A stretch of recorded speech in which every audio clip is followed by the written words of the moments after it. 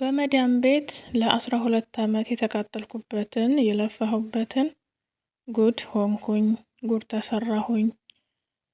ምን ላድርግ? ምክር ካንቺም ሆነ ከተመልካቾችሽ እፈልጋለሁ አለችኝ አንዲት እህቴ በቲክቶክ ኮሜንት ላይ ማለት ነው። በውስጥ መጣ። እኔ ይህንን ነገር ለመመለስም ሆነ ምንም ብዬ ልላት የምችለው ነገር ስለሌለ በጣም ጨንቆኝ ነበረ። እስኪ ለእናንተ ልንገራችሁ። መዳም ቤት 12 13 ዓመት የለፋችበትን ገንዘቧን መዳሟ ናት ያከሰረቻት ወይስ ቤተሰብ፣ ባል፣ እህት፣ ወንድም ወይስ ደግሞ ምንድነው ያከሰራት? ሰላም ጤና ይስጥልኝ ውድና የተከበራችሁ የሙቤ ዩቲዩብ ተከታታዮች እንዴት አላችሁ? ሰላም ናችሁ ሆይ? እኔ በጣም ሰላም ነኝ። የእናንተም ሰላም ይብዛልኝ ብያለሁ። ሰላምና ፍቅር ለምየ ሀገራችንን ሰላሟን ይመልስልን፣ ጦርነት በቃ ይበለን። ይህንን ቻናል ተከታተሉ እስከ መጨረሻው አይታችሁ ለእንደዚህ አይነት እህቶች ይጠቀሙበታል ብዬ ስለማስብ ላይክ እና ሰብስክራይብ እንዲሁም ደግሞ ሼር አድርጉ።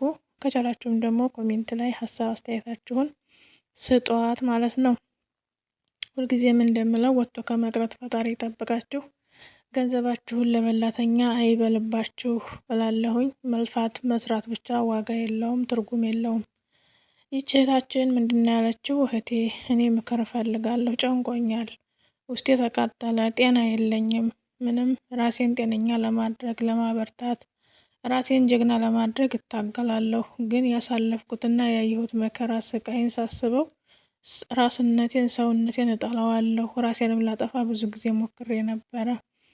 ራሴን ላጠፋ ስሞክር ግን ትዝ የምትለኝ እናቴ ናት፣ ትዝ የሚለኝ አባቴ ነው።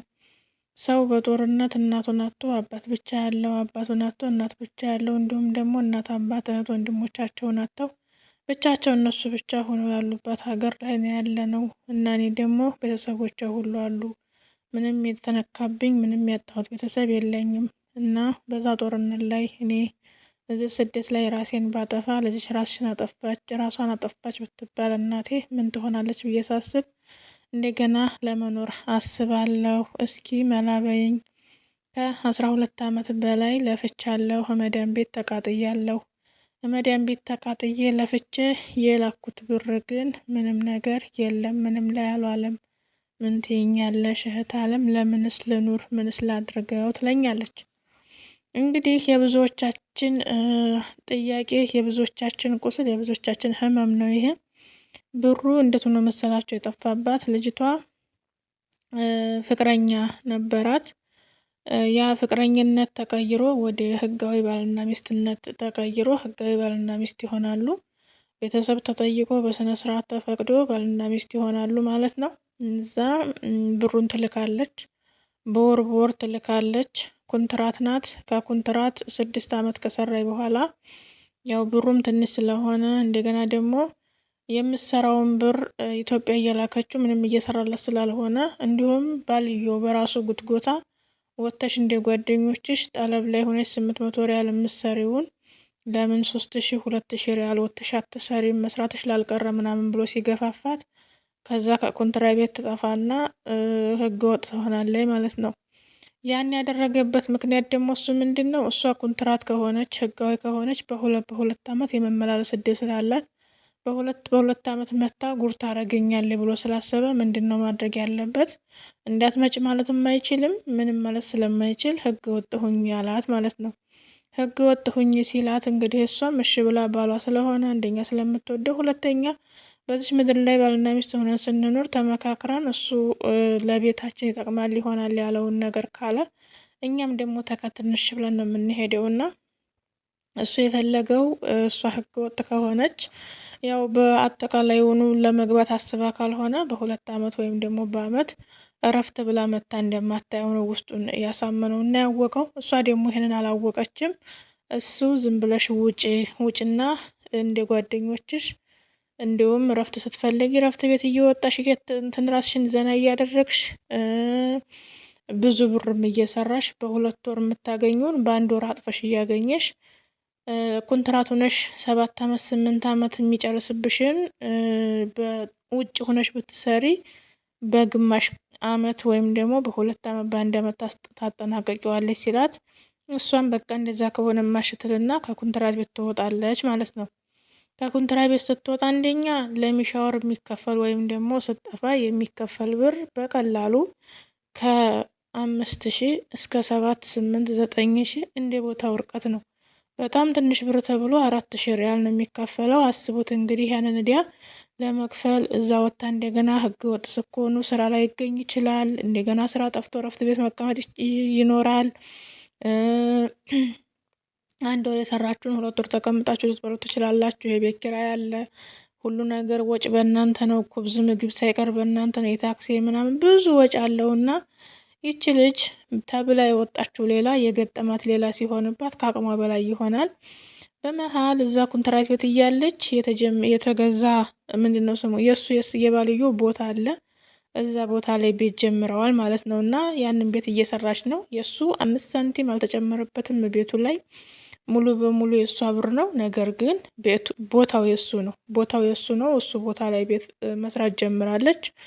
ከዛ ያንን ቤት ጨርሼ እቃ ሟልቼ እገባለሁ ነው የሁላችንም ሀሳብና የሁላችንም ፍላጎት ነው። ይሄ እንግዲህ ቦታ እንገዛለን። ቦታ ስንገዛ ቤት እንጀምራለን። ቤት እንጀምር እንጨርስ እንላለን። ስንጨርስ እቃ እንላለን። ብቻ እንደዛ ሲል ሁላችንም እዛ ሀገር እየመጣን እየበሰበስን የምንቀረው የማይረባ ቤት ስንሞት ተከትሎን የማይሄድ ቤት እሱን እየያዝን ነውና ይችም እህታችን እንደዛው ያንን ቤት እንግዲህ ሳልጨርስ ትላለች። አስቡት እንግዲህ ኮንትራት ቤት 5 አመት ከምናምን ያው 6 አመት ሙሉ ተቀምጣለች። ከዛ ከኮንትራቱ ወጣች። ከኮንትራቱ ወጣ እሱ ሲላት ሲጀነጅናት ወይም ደግሞ ሲያሳምናት የነበረው ሌላ ከኮንትራት ወጣ የገጠማት ሌላ ሆነባት። ስራ አታ 3 ወር ተቀመጠች። ከኮንትራት እንደወጣች ያተበድራ የወጣችበት የስጠፋ የከፈለችው የታክሲ ብር እዚህ አምጪ ትባላለች። ኢትዮጵያ እሱ አንጪ ይላታል። ቤተሰቦቿ እና ልጅቷ አእምሮዋን ተጨናነቀ። ከእንደገና እንደምንም አንድ ቤት ስራ ገባች። እዛ የገባችበት ቤት ላይ ሁሉ ነገር ከምግብ እስከ ሳሙና ከራሷ ሆኖ ደሞዝ እየተከፈላት 1 አመት ከ3 ወር ሰራይ። 1 አመት ከ3 ወር ስትሰራ 100 ሪያል ነው በወር የምቆርጠው ለሞዴስ ለቅባት ለምናምን እያልኩኝ ምግብ እንኳ በስርዓት አልበላም። ቂጣ ነው የምበላው። እና ቤቱ አልቆልኝ ቶሎ እንዲገባ ነው የፈለኩት። ያን ከሚሻወር የወጣሁበትንም ካፈልኩኝ ቤቱንም ጨረስኩኝ። በኋላ ግን መካከል ላይ እቃ ምናምን ለማስገባት ፊኒሽንግ ሊያልቅ ትንሽ ሲቀር ከስራው ተጣልቼ ወጣሁኝ። ከስራው እንደወጣሁኝ ግን ያው እረፍት ቤት ሂጄ ቶሎ አሁንም ስራ ገባሁ። ስራ አልፈታሁም። ስራ ገብቼ ግን ኮንትራት እንደሚሰራው ያው ቋሚ ሁኜ መስራት ጀመርኩኝ። ቋሚ ሁኜ 3 አመት ሰራሁኝ እዛ ቤት። 3 አመት ሰርቼ ቤቱ አለቀ። ቤቱ አልቆ እቃ ሟላሁ። ሁሉም ነገር አልጋ፣ ጭልፋ፣ ማንኪያ ሳይቀር አሟላሁኝ። ከዛ ያንን ሳሟላ ምንድነው ባሌ ጋር የተነጋገርነው በቃ አሁን እቃው ስለተሟላ ምንም ነገር አያስፈልግም። የ1 አመት ብቻ ስሪና ትንሽ መንቀሳቀሻ ስለሚያስፈልገን 1 አመት ብቻ ስሪና ትመጫለሽ አለኝ አለች። እንግዲህ እንደዛ ሲል ልጅቷ ስንት አመት ሆናት? 10 አመት ሞላት ማለት ነው። እዛ ሀገር 10 አመት ሞላት። ከዛ የቤት እቃ ምናምን አሟልታ ጨርሳ አሁን እየሰራች ያለችው ለመንቀሳቀሻ ተብሎ ነው።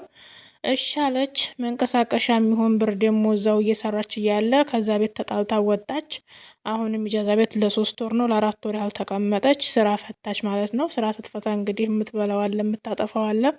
ያን እየተበደረ ምን ስትል በኋላ ድጋሚ አሁንም ስራ ገባች። ለ3 ወር ለ4 ወር ስራ ሰራች። ያንን ኢጃዛ ሆና የተበዳደረቻቸውን ብሮች እነዛን ከፋፈለች። በኋላ 11 አመት ሲሆናት ሀገር ልገባ ነው በቃ አሁን እኔ የትኬት ከያዝኩኝ ይበቃኛል። እንግዲህ መስሪያ አልፈልግም። ቁጭ ብዬ ሽንኩርት ቸርችሬ እበላለሁ ብዬ ስለው እኔ ጭምጭምታ ሰማ ነበረ። ይሄን ያህል ጊዜ ሲሆን ጭምጭምታ ሰማ ነበረ። ባልሽ አግብቷል እባል ነበረ። እኔ ግን በአይኔ ካላየሁ እያልኩኝ ባሌ ቤት ስራ ላይ ነው። ይሄን ያህል አልሞላለትም እያልኩ ለሱ እከራከር ነበረ። በአይኔ ካላየሁ አላምንም እያልኩ እከራከር ነበረ አለችኝ። እኔ ግን እዛው ኮሜንት ላይ ምን ነበር ያልኳት? ይሄ ሁሉ ሲሆን ቤተሰቦችሽ አያውቁም ወይ? ቤተሰቦችሽ ምን ደረሰ ብለው የሚሰራውን ቤት እሱ ምን እያደረገ እንደሆነ አያውቁም አያዩም እንዴ ስላት፣ የኔ ቤተሰቦችና እሱ ያለበት በጣም ሩቅና ሩቅ ነው። በጣም ይራራቃል። ቢያንስ የኔ ቤተሰቦች እሱ ያሉበት ቦታ ለመሄድ አሁን ሰላም ስለሌለ ያለንበት አካባቢ ቢያንስ 1 ቀን ሙሉ ይፈጃል። ስለዚህ ቀን በቀን አያዩትም እና ቀን በቀን ስለማያዩት እነሱ ምንም ክትትል ሊያደርጉበት አይችሉም፣ አይመችም ለማየት አለችኝ። የሚሰራው እንግዲህ እሱ የራሱ ሀገር ላይ የራሱ ቦታ ላይ ስለሆነ ማለት ነው ቤተሰብ ማየት አልቻለም ነው ያለችኝ። እና እንግዲህ ልክ 11 ዓመት እዛ ሀገር ከለፋች በኋላ 12ኛ ዓመቷ ላይ ልገባ ነው ስትለው እንዳትመጪ እኔ ሚስት አግብቼ ቤት ገብቼበታለሁኝ፣ እዚህ ያገባኋት ሚስቴ ቦታ እስከማስይዛት ድረስ እንዳትመጪ ብሎ አለኝ። ምን ላድርግ ነው እንግዲህ ያለችው እህታችን። እስኪ ምን ታድርግ? ምን ትሏታላችሁ? እኔ ምንም እምላት ነገር የለም። ቤት ውስጥ ምንም አይነት ነገር እንስሳ ሰውም ይሁን እኔ እሱ የሚቃጠል አልልም። ሰውም ይሁን እንስሳም ይሁን ድመትም ይሁን ፈጣሪ ቤት ውስጥ እንዳያስቀምጥባት እንደው ሙስሊም ትመስለኛለች ልጅቷ ዱአ አድርጋ እንደው ቤት ውስጥ ቤቱ ባዶ በሆነበት ከማንኪያ እስከ ጭልፋ ድረስ እዛው እንዳለ ጋዛር ከፍከፋት አቃጥለው። ምክንያቱም ቦታው የሱ ስለሆነ ንብረቱ ቤቱ ብቻ ነው የሷ። ስለዚህ ቤቱን ታቃጥሎ። የኔ ምክር ይሄ ነው። ምክንያቱ እሱ ይሄን ያህል አመት በጅልነት እንዲህ ሲያቃጥላት ኑሮ እሱ ግን በድፍረት በቃ 12 አመት ሞላኝ ልመጣ ነው ስትለው ቤትሽ ላይ እኔ ሚስት አግብቼ ስለገባሁኝ ሚስቴን ቦታ እስከማስይዝ ድረስ እንዳትመጪ፣ ከፈለግሽም ደግሞ ሌላ ነገር እላለሁ ካሽ ቦታ ላይ ስለሆነ የተሰራው ቤቱ ምንም አያገባሽም፣ አሽቀንጥሬ እጥልሻለሁኝ፣ ራስሽን አዘጋጅሽ እንድትመጪ ብዬ ነው ብሎ በድፍረት ትልቅ ነገር ጥሩ ነገር እንደሰራ በድፍረት ነገራት ማለት ነው። እና አሁን እሷ ዝም ብዬ ልግባና በህግ ልከራከር ወይስ ደግሞ ምን ላድርግ ነው ያለችው። እኔ ሀገር ብገባም ቦታው የሱ ስለሆነ ዞሮ ቤቱ ይፍረስ ነው የሚባለው። ቤቱ ቢፈርስ ምንም የምታገኘው እኩል ስለሆነ የሚባለው ምንም የምታገኘው ነገር ስለማይኖር እሷ እየሰራች የላከችውን ብር እሱ አጠራቅሞ ሊሆን ስለሚችል አግባ ወይም አግቢለት ነው የሚባለው ብሩ ቤቱን። ስለዚህ እሱ አገባልሻለሁ ነው የሚሉት በገዛ ብሯ። እሷ ስትቃጠል የከረመችበትን ቤት የእሱ ሚስትና እሷ እንዳይኖሩበት እኔ ብሆን እሳት ነው የማነደው። ሌላ ምንም የማደርገው ነገር የለኝም። እምልሽም ይሄንኑ ነው። ግን እነሱ ቤት ውስጥ እያሉ ነፍሳት ቤት ውስጥ እያለ እንዳታደርጊው። ቤቱ ብቻ በሆነበት ሰዓት ሰው ጠይቀሽ የሚሆን ምንም አቃጥሊው ነው የምለው። ሀገርን ብትገቢ ይህንኑ አድርጊው። ህግ ክርክር ምናምን ባትሄጂ። ክርክር ስትሄጂ አሁን ሀገራችን ላይ ተበላሽቷል። ሁሉም በገንዘብ ነው። ገንዘብሽን ከስረሽ እንደገና ወይ ሽማግሌም ቢሆን ቤቱ እኩል ይሰነጠቃል። አግባላት አግቢለት ነው የሚባለው። ስለዚህ አንቺ ደግሞ እጅሽ ላይ ምንም ብር የለም። አንቺ ያንን ቤት ግምት የእሱን እጣ መክፈል አትችይም። እሱ ግን ያንቺን ብር የ12 ዓመት ብር ከቤቱ የተረፈውን ስለያዘ እሱ ግምትሽን ይሰጥሻል። በአንድ ክፍል በማይሰራ ግምት ቤት ያን የመሰለ ቤት ሰጥተሽ ትወጫለሽ ማለት ነው። ስለዚህ የኔ ምክር የሚሆነው ቤቱን አቃጥሊው። ሌላ ምንም ምክር የለኝም። እህቶቼ ግን ከዚች እህቴ ልትማሩ ይገባችኋል። እጅግ በጣም ጥንቃቄ አድርጉ። ባሌ እንዲህ በተለይ ባላችሁ ጥፉ ውጡ እያለ የሚጎተጉታችሁ ከሆነ ልምጣ ስትሉ አትምጡ የሚላችሁ ከሆነ የሆነ ሴራ እየሰራ እንደሆነ የሆነ ነገር እያደረገ እንደሆነ መጠርጠር አለባችሁ። ከእንደገና ደግሞ ከቻላችሁ ሩቅ ሀገር የሆነ ባል ባታገቡ። ሩቅ ሀገር የሆነ ባል ስታገቡ ከባድ ነው። ስለዚህ ሩቅ ያለ ሰው ባታገቡ፣ እዛው ቅርብ የሆነ ባል ብታገቡ፣ እዛው አካባቢ ቤተሰብ ሲወጣ ሲገባ የሚያየው ባል ብታገቡ ጥሩ ነው ላለሁኝ። ለዛሬ ይዤላችሁ የመጣሁት ይህን ይመስል ነበረ። እህቶቼ በመዲያም ቤት ተቃጥላችሁ እንደዚህ ጉድ እንዳትሆኑ ራሳችሁን ጠብቁ፣ ተጠንቀቁ ለማለት ነው። ስለነበረን ቆይታ እጅግ በጣም አመሰግናለሁ። ላይክ፣ ሼር፣ ሰብስክራይብ ያደረጋችሁ አበረታቱኝ። የውሸጋነት ነበርኩኝ። ስለነበረን ቆይታ እወዳችኋለሁ። ፈጣሪ አምላክ ወጥቶ ከመቅረት ይጠብቃችሁ። ፈጣሪ በስደት ኩነን ክፉ ነገር ከማስነካት ይጠብቀን። ገንዘባችሁን አያስበላባችሁ፣ የሰው ገንዘብ የማያስነካችሁ። እወዳችኋለሁ። የውሸጋናት ሙቤ ዩቲዩብ ነበርኩኝ። ላይክ፣ ሼር፣ ሰብስክራይብ ማድረጋችሁን አትርሱ። ሁልጊዜም እንደምላችሁ በእግር ወጥቶ በሳጥን ከመመለስ ፈጣሪ ይጠብቀን። ስደት ላይ ሆነን ክፉ ነገር አይንካን። ወዳችኋለሁ። መልካም ጊዜ